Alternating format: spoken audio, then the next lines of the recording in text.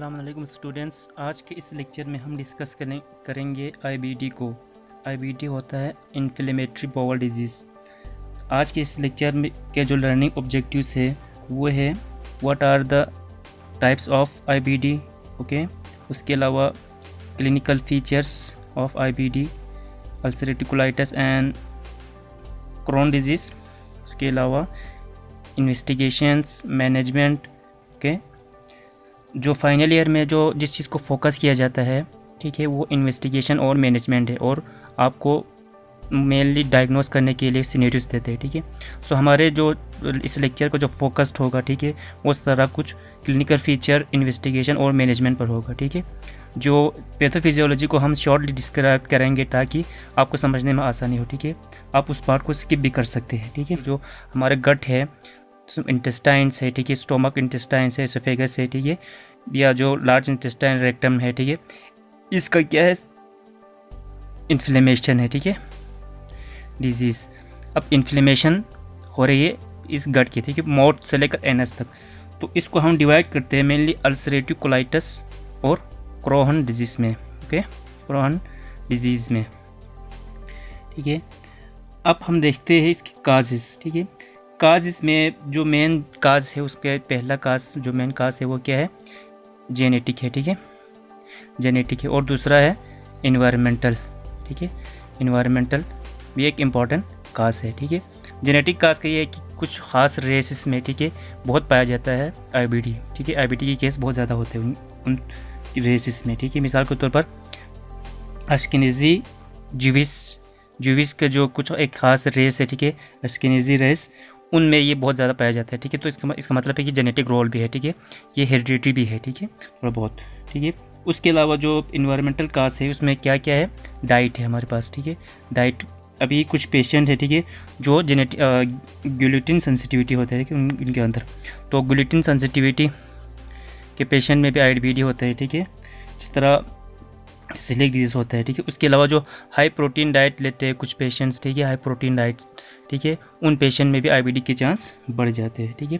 उसके अलावा जो है हमारे पास माइक्रोबायोटा, ठीक है, माइक्रोबायोटा ये होता है जो हमारे गट के अंदर भी बैक्टीरियाज होते हैं, ठीक है, जो सिम्बायोसिस के ज़रिए जो मतलब दोनों जो हमारे बॉडी को नुकसान तो नहीं पहुंचाते, कि नुकसान नहीं पहुंचाते, बल्कि ये हमारे बॉडी के जो इम्यूनिटी है, ठीक है, उसको बूस्ट करते हैं, ठीक है, इम्यूनिटी को बढ़ा देते हैं, ठीक है। माइक्रोबायोटा की जो कंसंट्रेशन है, ठीक है, वो कम हो जाए, ठीक है, अल्ट्रेशन हो जाए, ठीक है, माइक्रोबायोटा की कंसंट्रेशन में, ठीक है, 30 to 50% अगर कम हो जाए तो आईबीडी के चांस बहुत ज़्यादा बढ़ जाते हैं, ठीक है, क्योंकि ये हमारे इम्यून सिस्टम को बूस्ट करते हैं, ठीक है। अब इस वजह से इम्यूनिटी चेंज इन इम्यूनिटी आ जाता है, ठीक है, हम इम्यूनिटी चेंज हो जाते हैं, ठीक है। उसकी वजह से डेट्रीमेंटल इम्यून रिस्पॉन्स आते हैं, ठीक है, इम्यून रिस्पॉन्स आते हैं, क्योंकि इम्यून बूस्ट नहीं है, ठीक है। तो इस वजह से जो फ़ौरन जो अगर कोई बैक्टीरिया आ जाए या कोई और पैथोजन आ जाए, उसके ख़िलाफ़ जो हमारे जो इम्यूनिटी है, ठीक है, वो डेट्रीमेंटल इफेक्ट डालते हैं, ठीक है, और गट को डैमेज करते हैं, ठीक है। इसके अलावा जो काज है उसमें क्या है, ब्रीच इन इंटेस्टाइनल, ठीक है, इंटेस्टाइनल बैरियर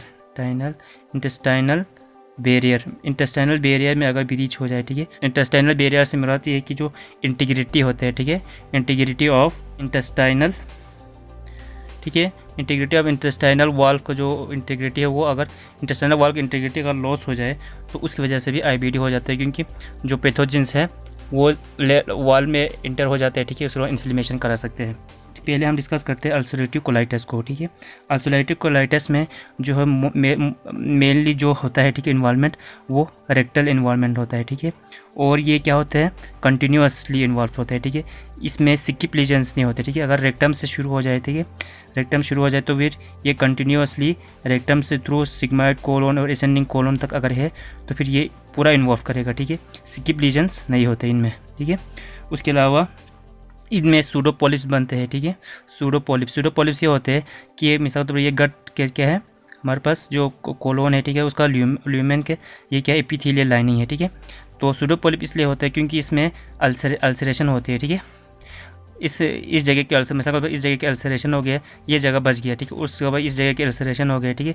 तो ये जो एपिथेलियल के कुछ सेल्स यहाँ बचे हुए हैं, ठीक है, इस जगह और इस जगह पर सेल डैमेज हो गया, ठीक है, एपिथेलियल सेल्स जो इसके जो लाइनिंग है, ठीक है। तो हमें ऐसा लग रहा होता है कि यहाँ पर पॉलिप्स, हम जानते हैं कि पॉलिप्स में इस तरह होता है, ठीक है, इसका कोई स्टॉक होता है, ठीक है, और उसके बाद इसका हेड होता है, इस तरह इसमें भी सूडो पॉलिप में हमें ऐसा लगता है कि ये पॉलिप की तरह हमें लगता है, ठीक है, क्योंकि ये इधर एपिथेलियम ख़राब हो गया, ठीक है, इधर एपिथेलियम बचा हुआ है। तो इस तरीके से हमें लगेगा कि यहाँ पर एक पॉलिप नुमा हमें शेप नज़र आता है, ठीक है। तो इस तरह से हमें ये क्या होता है, सूडो पॉलिप्स होता है, ठीक है। उसके अलावा इसमें क्रिप्टाइटस होता है, ठीक है। क्रिप्स जो होते हैं ना, क्रिप्स के अंदर इन्फ्लेमेशन होते हैं, ठीक है। उसके अलावा क्रिप्स एब्सेस होते हैं, ठीक है। जो गोबलेट सेल जो म्यूकस सिक्रेट करते हैं, ठीक है, वो म्यूकस सिक्रेट करना छोड़ देते हैं, ठीक है, गोबलेट सेल्स, ठीक है। ये ग्लैंड जो है डिस्टॉर्ट हो जाए, डिस्प्लेजिया हो जाता है, ठीक है। ग्लैंड्स के डिस्प्लेजिया होता है और ये कार्सिनोमा में जा सकते हैं, ठीक है, कोलोन कार्सिनोमा में, ठीक है। उसके अलावा जो अल्सरेटिव कोलाइटिस है, ठीक है, इसमें जो इसके एक्स्ट्रा इंटेस्टाइनल फिर मैनिफेस्टेशन में क्या क्या है, पायोडर्मा गैंग्रेनोसम स्किन लीजन है, ठीक है, गैंग्रेनोसम जिसमें गैंग्रीन लाइक उसमें ब्लैकनिंग नज़र आता है, ठीक है, स्किन, ठीक है। उसके अलावा जो है इसमें होता है हमारा प्राइमरी सिक्लोरोजिंग कोलेंजाइटिस होती है, ठीक है, जो अल्सरेटिव कोलाइटिस के पेशेंट में। उसके अलावा कोलिंजो कार्सिनोमा पे हो सकता है। अल्सरेटिव कोलाइटिस है, ठीक है, इसके साइन एंड सिम्टम्स कौन कौन से हैं। तो अल्सरेटिव कोलाइटिस हमें अगर डायग्नोस करने के लिए अगर वो सिनेरियो दे दे, ठीक है, तो वो सिनेरियोस में मोस्टली देते हैं एक पेशेंट है, ठीक है, उसको क्या है, ब्लडी म्यूकोइड डायरिया हो रहा है, ठीक है। और ये डायरिया क्या है, क्रोनिक डायरिया है, ठीक है, डायरिया क्रोनिक होता है उसमें, इस अल्सरेटिव कोलाइटिस में, ठीक है। और इसमें उसके साथ पेशेंट कहेंगे पेशेंट को टेनिस्मस है, ठीक है, ठीक है। उसके अलावा एब्डोमिनल पेन, ठीक है। फीवर भी इंपॉर्टेंट है, क्योंकि फीवर के बगैर हमें डिफरेंशियल डायग्नोसिस मुश्किल हो सकता है, क्योंकि ब्लडी डायरिया कोलोन कैंसर में भी हो सकते हैं ना, तो इसलिए हम फीवर भी इसमें होती है, ठीक है। Tachycardia, sign of peritoneal inflammation, ठीक है, पेरिटोनाइटिस के साइंस भी आ सकते हैं, ठीक है। इसमें इन पॉइंट्स के ज़रिए हम डायग्नोस कर सकते हैं अल्सरेटिव कोलाइटिस को, ठीक है। अब हम देखते हैं क्रोहन डिजीज़ में जो है इसमें हमें क्या मिलेंगे, जो लीजन होंगे, ठीक है, वो माउथ टू एनस कहीं किसी पार्ट में भी हो सकते हैं, ठीक है, लेकिन मोस्ट कॉमनली स्मॉल गट में होती है, ठीक है, ठीक है, इसकी इन्फ्लेमेशन, ओके। और इसके जो लीजन्स होते हैं क्या होते हैं, वो स्किप लीजन्स होते हैं, ठीक है, कंटिन्यूसली नहीं होता है, जिस तरह अल्सरेटिव कोलाइटिस में होता है उस तरह नहीं होता है, ठीक है। उसके अलावा इसमें जो वाल्व होते हैं, ठीक है, वाल थिकनेस हो जाते हैं, इंक्रीज हो जाते हैं, ठीक है, इन्फ्लेमेशन की वजह से। अल्सरेटिव कोलाइटिस में वाल्व थिन होते हैं अल्सरेटिव कोलाइटिस में।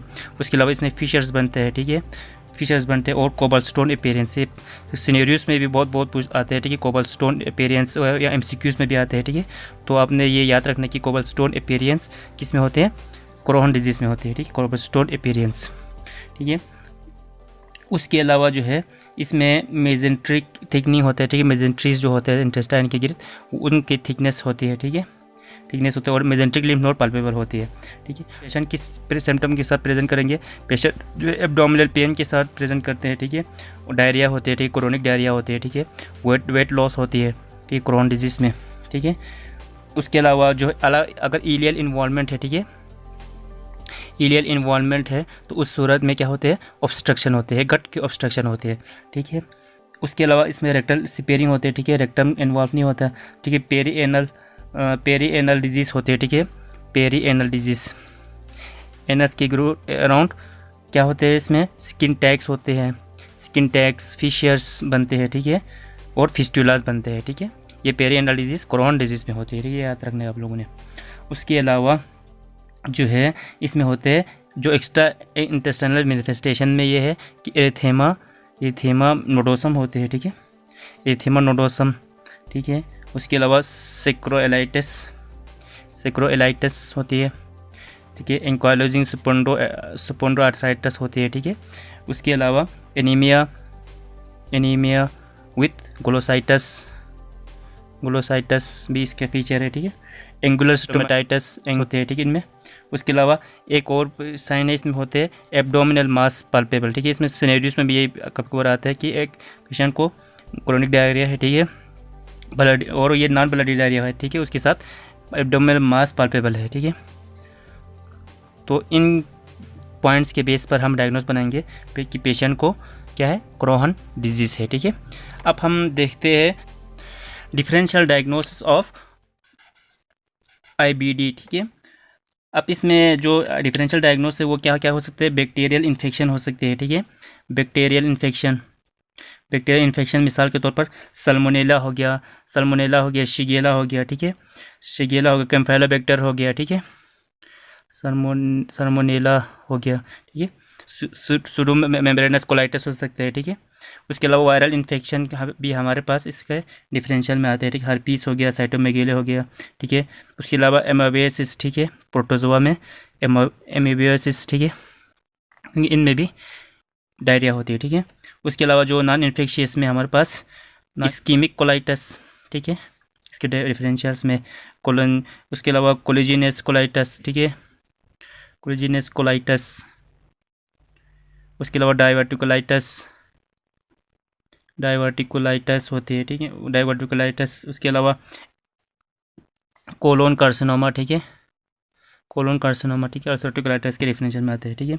उसके अलावा एक क्राइटेरिया है, ठीक है, जो है ट्रू-लव-विट्स क्राइटेरिया, जो सीवियर अल्सरेटिव कोलाइटिस के लिए हम एक क्राइटेरिया रखते हैं, ठीक है। उसके लिए हमने निमोनिक याद रखना है 6 ब्लडी 40, ओके। इसका है 6 मीन्स 6 एपिसोड्स, ठीक है, 6 एपिसोड्स आए, ठीक है, ब्लडी डायरिया हो, ठीक है, ब्लडी डायरिया हो। उसके अलावा क्या हो, F से फीवर हो, फीवर, एनीमिया, टेकिकार्डिया, और क्या हो, I means inflammatory markers increase, मतलब सी रिएक्टिव प्रोटीन हो गया, ठीक है, इन्फ्लेमेटरी मार्कर्स इंक्रीज हो, सी रिएक्टिव प्रोटीन और ESR और सी रिएक्टिव प्रोटीन इंक्रीज हो, ठीक है। तो अगर इन क्राइटेरिया इन पेशेंट में अगर ये सारे सिम्टम्स अगर प्रेजेंट हो तो हम कहेंगे कि इस पेशेंट को क्या है, सीवियर अल्सरेटिव कोलाइटिस है, ठीक है।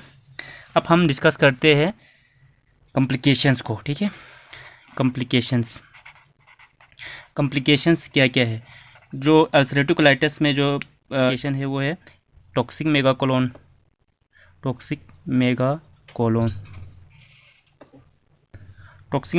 में क्या होता है, जो बैक्टीरिया टॉक्सिन्स है, ठीक है, वो जो म्यूकोजा है, ठीक है, म्यूकोजा को क्रॉस कर लेते हैं, ठीक, क्रॉस करके सिस्टेमिक सर्कुलेशन में पहुंच जाते हैं, ठीक है, सर्कुलेशन में पहुंच जाते हैं। किस तरह पहुंचते हैं, जब जो हमारे कोलोन होता है, ठीक है, कोलोन के जो डायमीटर है वो बहुत ज़्यादा इंक्रीज हो जाते हैं, ठीक है, ग्रेटर देन 6 सेंटीमीटर, ठीक है, 6 सेंटीमीटर से ज़्यादा हो तब कहेंगे टॉक्सिक मेगाकोलोन है, ठीक है, उसका डायमीटर, उसकी वजह से उसका रिस्क ऑफ रप्चर बढ़ जाता है, ठीक है, रिस्क ऑफ रप्चर इंक्रीज हो जाता है, ठीक है। उसके अलावा जो परफोरेशन होते हैं उसके साथ साथ अगर हमें सस्पेक्ट हो कि टॉक्सिक मेगाकोलोन है तो हमें हमेशा एक्सरे कर लेने चाहिए, ठीक है।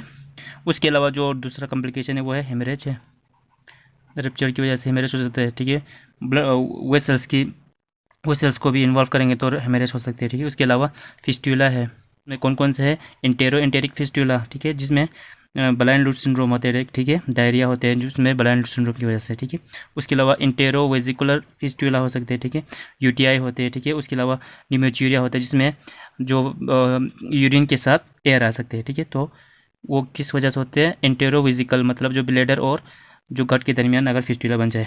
उसके अलावा इंटेरोवेजाइनल फिस्टुला, ठीक है, इसमें क्या आता है, फिकल एंड वेजाइनल डिस्चार्ज आते हैं, ठीक है, जो फिकल मटेरियल वेजाइनल डिस्चार्ज के साथ आते हैं, ठीक है।